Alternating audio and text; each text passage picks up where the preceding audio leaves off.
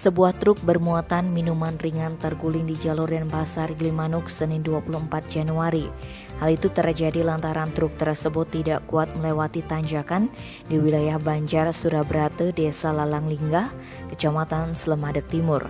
Akibatnya truk berjalan mundur dan menabrak mobil pick-up di belakangnya sebelum terguling.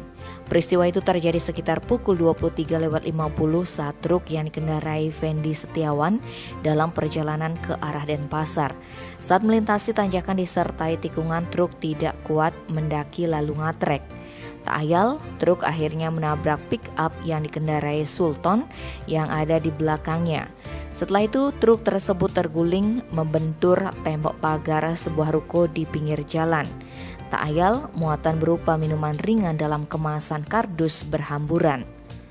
Kapolsek Slemadeg Barat AKP Iketutunas Selasa 25 Januari memaparkan selain tidak kuat menanjak, rem truk juga blong sehingga menabrak mobil yang di belakangnya lalu terguling.